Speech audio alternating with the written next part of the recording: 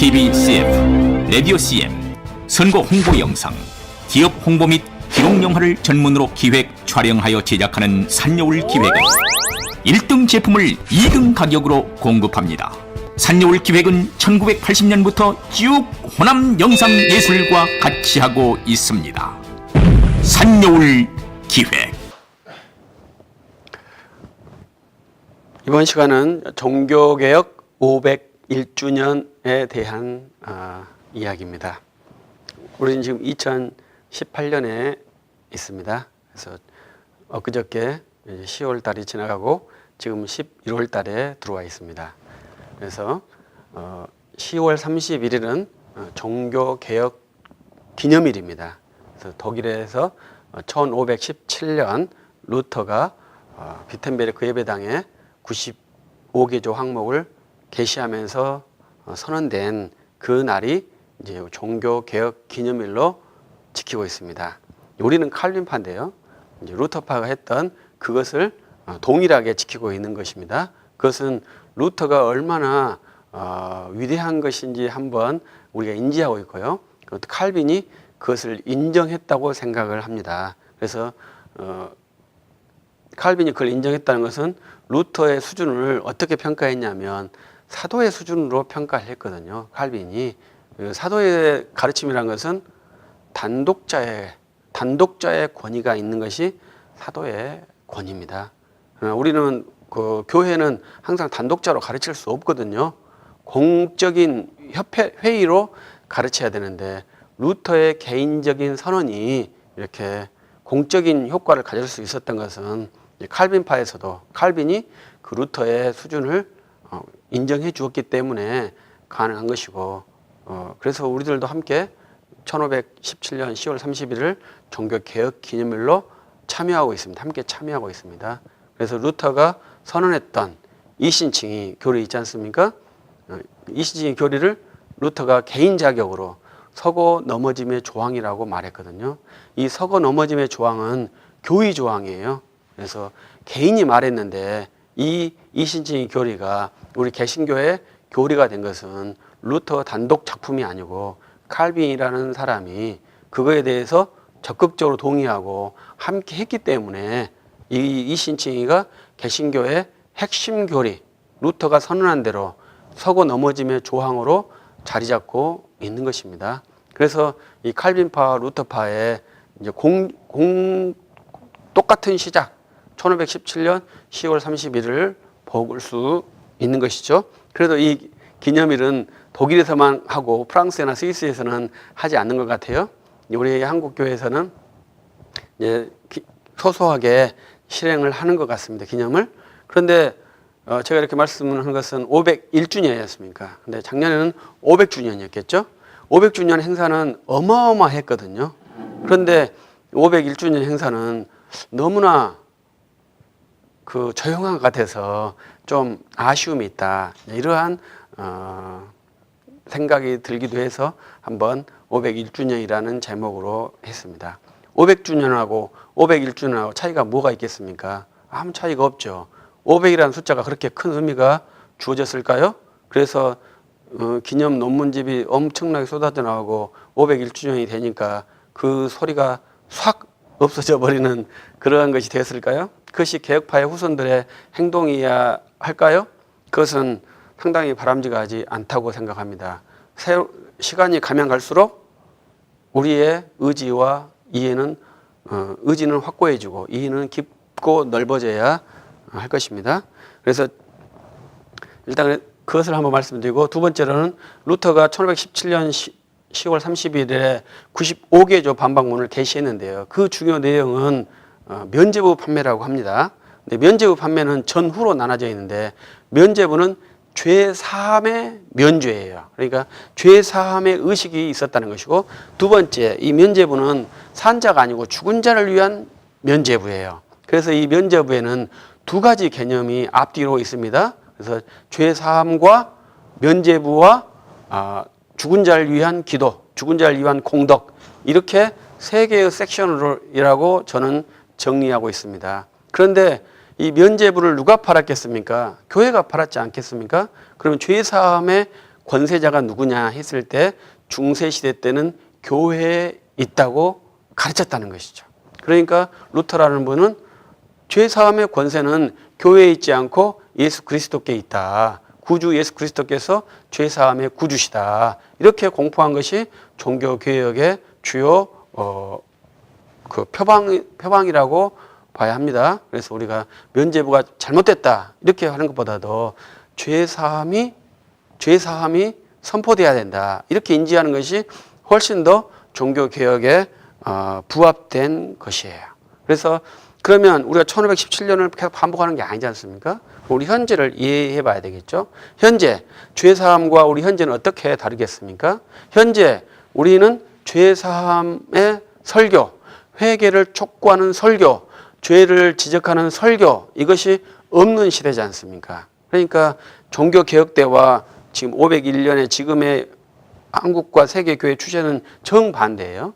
500년 전에는 죄사함을 굴레를 주어가지고 백성들을 우민화시켰다면 지금은 죄사함의 족쇄를 풀어가지고 백성들을 우민화시킨 그러한 형태라 이 말이죠.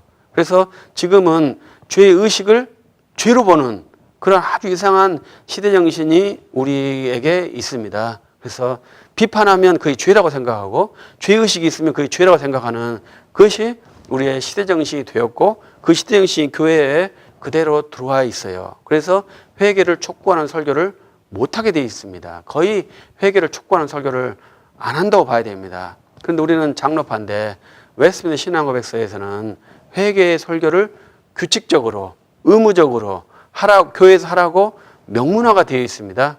그래서 웨스트민스터 신앙고백서를 신봉하는 장로교회에서는 회개 설교를 해야 하고요.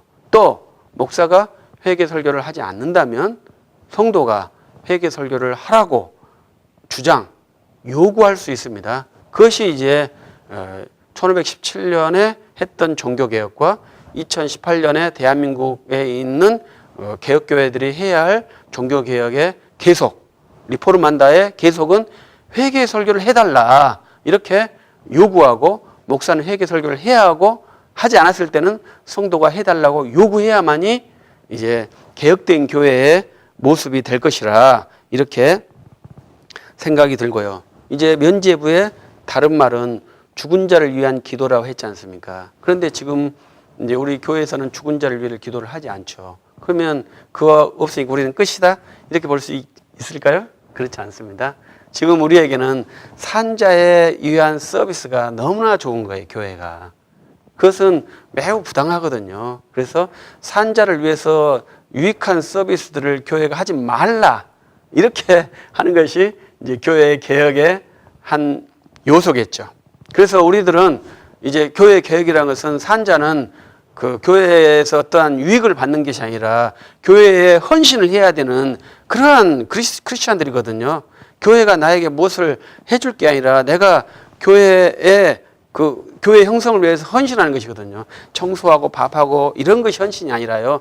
정말로 복음을 듣고 그 복음을 삶에서 실천하고 그 복음의 숫자가 늘어나기 위해서 복음을 전도하는 그러한 것이 교회에 헌신하는 것이거든요. 그래서 복음이 교회에 증진할 수 있도록 성도들이 나에게 주어진 복음 외적인 것들을 거부하는 그런 것이 이제 종교 개혁의 후예들이 할 수 있는 그러한 모습이라 이렇게 생각을 합니다. 그래서 1517년 우리 믿음의 사도 칼빈이 표현했던 믿음의 사도 루터가 그렇게 선언했던 것은 정말로 용기 있는 행동이었죠.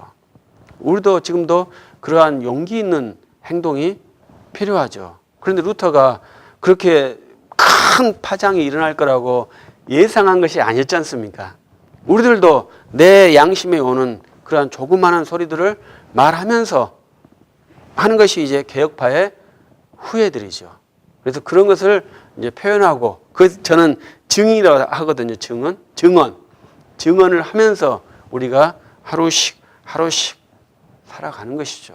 그것이 개혁된 그리스도인의 삶이라고 생각을 합니다. 그래서 우리가 그 루터나 칼빈이 이루었던 그 개혁의 산물에서 지금 우리가 신앙생활을 하고 있는데 그 후예들로서 정말로 바른 믿음의 내용을 탐구하고 그 탐구한 믿음을 말하고 또 많은 사람들에게 제시하는 그러한 개혁파의 후예가 되어야 할 것입니다.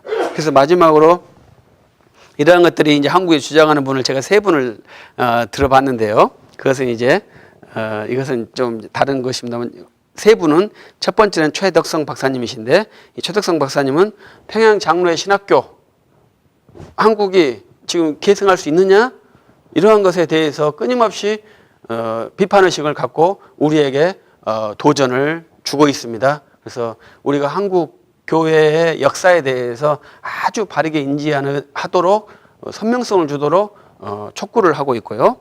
우리 장영학 목사님, 한국교회 박물관 관장이신 장영학 목사님께서는 우리가 신사참배를 바르게 이해하라 그리고 촉구하고 있고 그래서 이번에 80년 됐답니다. 신사참배 결정한 지. 그래서 합동총회에서는 회개 기도를 했고 저희 있는 전남노회도 회개 기도를 했습니다. 그래서 저 개인으로 생각할 때는 회개 기도가 아니고 성명서를 이해한다. 공식 입장을 발표하는 문서가 공적 회개라고 저는 생각하거든요.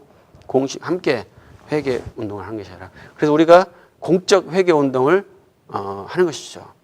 해야 할 것이고 이제 이창모 목사님이라는 분이 또 계시는데 이분도 회개 운동을 촉구하는 것인데 어떤 단체가 우리가 잘못했습니다 이렇게 잘못을 선언했다는 거예요. 그러면 이창모 목사님은 최소한 그 단체장은 그 단체에서 떠나야 그 회개의 효력성을 실행 의지를 볼 수 있는 거 아니냐.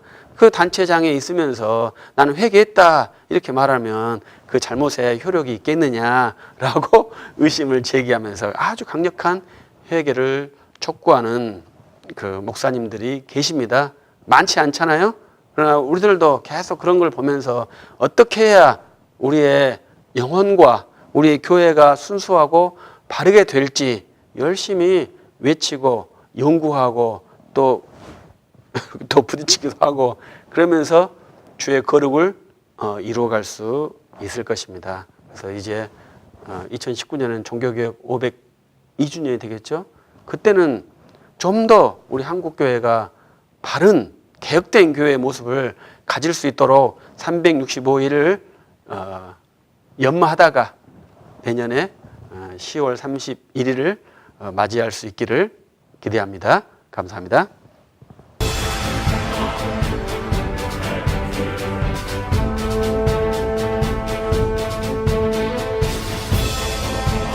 TV CF, 라디오 CM, 선거 홍보 영상, 기업 홍보 및 기록 영화를 전문으로 기획, 촬영하여 제작하는 산여울 기획은 1등 제품을 2등 가격으로 공급합니다. 산여울 기획은 1980년부터 쭉 호남 영상예술과 같이 하고 있습니다. 산여울 기획.